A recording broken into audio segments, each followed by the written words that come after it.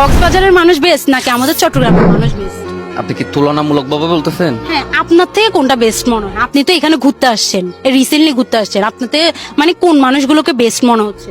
আমি যদি বলি কক্সবাজারের মানুষ একদিক দিয়ে সেরা, দেন হচ্ছে চট্টগ্রামের মানুষ আপ্যায়নের সেরা। কক্সবাজারের মানুষ কিসের কারণে সেরা একটু বলেন তো?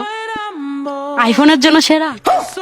কক্সবাজার আইফোনের জন্য গাই আপনার আমার বিশ্বাস করেন, আইফোন তো দূরে থাক, অ্যান্ড্রয়েড দেওয়ার জন্য আমার পছন্দ হয় না। যাতে আপনাদের পছন্দ হয় তাহলে আপনারা। এটা আমি কাট করে দিব, সমস্যা নেই। আপনার কাছে যদি কোনো ছোটখাটো ফ্যান ফলোয়ার্সরা আসে কোলাবরেট করার জন্য বা হেল্প চাওয়ার জন্য, তখন আপনি কি করবেন? আমার এখন পর্যন্ত এরকম কেউ আসে নাই। যদি আসলে আমি হেল্পের হাত আমার যতটুকু সম্ভব আমি বাড়িয়ে দেব। আচ্ছা, এরকম ডাক পড়েনি তাহলে? না না, এখন একটু পরে না, কারণ আমি নিজেও ছোট একজন কন্টেন্ট ক্রিয়েটর, জাস্ট কথা বলার ট্রাই করছি ক্যামেরার সামনে। দেখি আপনি একটা গালি শোনান। তার মায়ের বাপ কি এটা তো গালি হলো না, গালির একটা পাওয়ার থাকতে হবে, চিড়েঙ্গা ফোয়ার একটা পাওয়ার থাকতে চিড়িঙ্গা হবে। বানাও তো, আমি তো হাসপাতাল দেবো। আচ্ছা, কক্সবাজারের ছেলে, তাও তো গালির মধ্যে তো বেস্ট হইতে হবে।